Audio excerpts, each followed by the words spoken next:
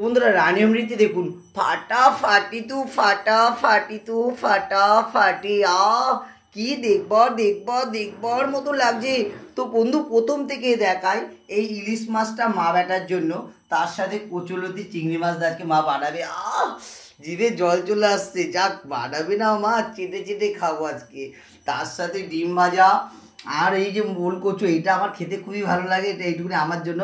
তার সাথে পেঁপে সিদ্ধ, উচ্ছে সিদ্ধ, আলু সিদ্ধ, আমড়ার চাটনি, বেগুনি, উচ্ছে ভাজা, পাঁপড় ভাজা, ডাল, মাছের মাথা দিয়ে বাঁধাকপি, মাছের ডিমের বড়ার তরকারি, মাছের কালিয়া।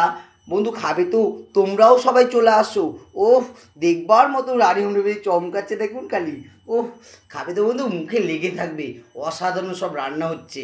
ও বন্ধু, তোমাদের বলে বোঝাতে না, যা বানাচ্ছি না ওই বড়া, মাছের ডিমের বড়ার তরকারিটা মানে খেলে না বন্ধু মুখে লেগে থাকবে। টাটা বাই বাই বন্ধু, এখন রাখছি, খাবার দিতে বেরোবো, অনেক দেরি হয়ে গেছে। আর ইলিশ মাছ রান্না করছে মা, খাবে তো তোমরাও চলে আসতো। বাঙালিদের খাবার ইলিশ মাছ, কচুর লতি, চিংড়ি মাছ, জিভে জল চলে আসছে বন্ধু, খাবে তো মুখে লেগে থাকবে। টাটা বাই বাই, উমাস, সবাই ভালো থাকো।